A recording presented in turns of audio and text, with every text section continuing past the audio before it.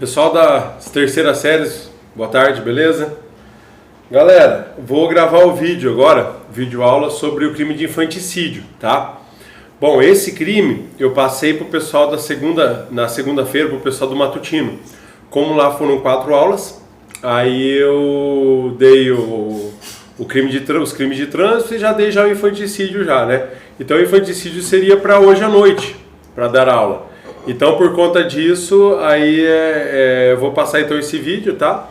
E aí eu vou postar algumas atividades, vou ver o que dá para fazer para amanhã, postar essas atividades para vocês aí, tá bom? A partir de semana que vem, então, vou seguir o cronograma lá, vou postar o vídeo aula antes das aulas, as atividades também já vou postar, e aí durante a aula eu vou estar disponível, então no matutino eu vou estar disponível ali no horário de aula, e no noturno também, tá certo? Está disponível aqui pelo celular aí tanto no Facebook como também no Classroom, tá bom? Então qualquer dúvida que tiver, qualquer coisa eu vou estar disponível para vocês aí, para a gente poder então passar por esse período aí da melhor forma possível, ok? Bom, quanto ao crime de infanticídio, gente, ó, o crime de infanticídio então ele está no artigo 123 e ele fala assim: matar sob de estado puerperal o próprio filho durante o parto ou logo após. Pena, detenção de 2 a 6 anos. Galera, sempre acompanhar junto com o material, com o código, para vocês ir tendo uma melhor noção, tá bom? Não ficam só vendo o vídeo só não, que daí você não aprende de forma mais eficaz, ok?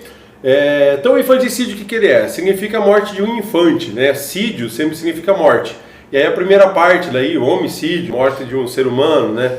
O feminicídio, a morte então daí de uma pessoa do sexo feminino, né? Então seria essas situações. Infanticídio então significa morte de infante, morte de uma criança, né, que está nascendo ou uma recém-nascida, tá certo? Então a pena de detenção de 2 a 6 anos. A pena, se você verificar, é bem menor que a pena do homicídio. Por quê?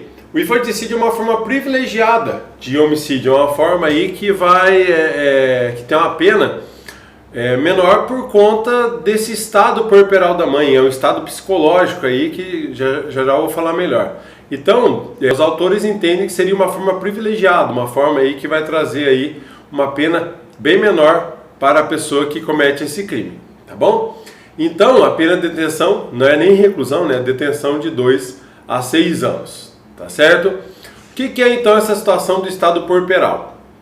O estado puerperal então é um período que se inicia ali com o parto, onde a mãe ela tem um distúrbio por conta dos hormônios do parto. E em razão disso, por conta desses hormônios, que vocês principalmente já sabem que os hormônios acabam alterando a emoção, alterando aí várias partes da fisiologia do corpo. Então por conta disso que se trouxe uma redução de pena, tá? Então o crime é para a mulher, tá certo? Que comete então esse homicídio, que mata o próprio filho durante esse estado puerperal, esse estado então onde se tem essas alterações hormonais, tá? Não se trata de depressão pós-parto, tá?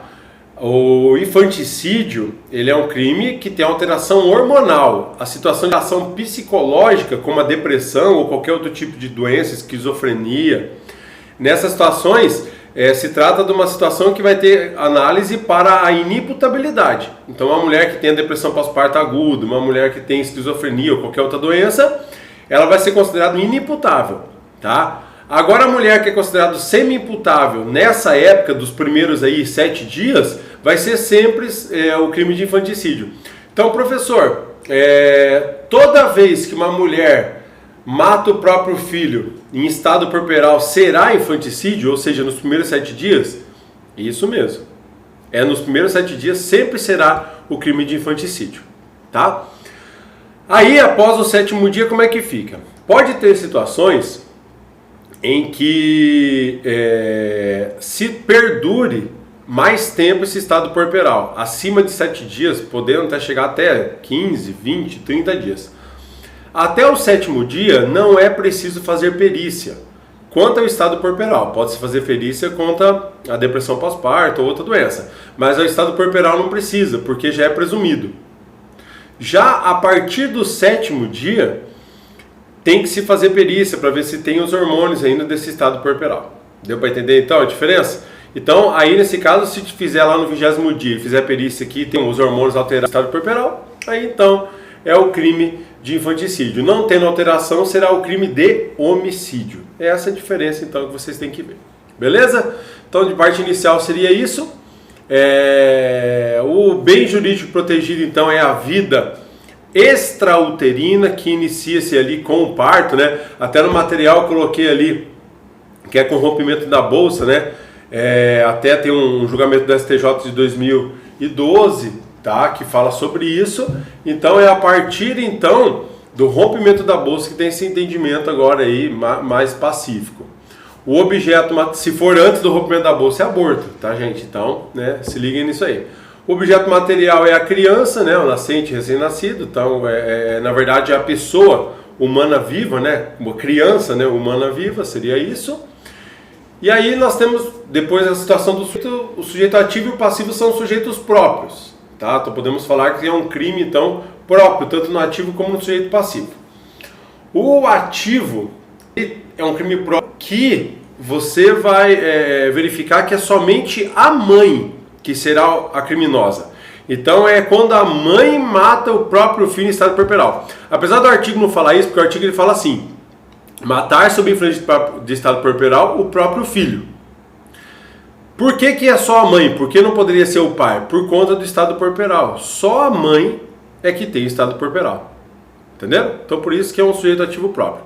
Só que ele é um sujeito ativo próprio que cabe coautoria. Coautoria por conta do artigo 30 do Código Penal, que ele traz então essa situação da elementar. O estado puerperal é uma elementar do crime. E a elementar ela se comunica quando ela é principal do crime, né? Então no caso é possível então a coautoria, ou seja, o pai ou a enfermeira ou o médico que ajuda a mãe a matar, eles respondem também por infanticídio e não por homicídio, tá certo?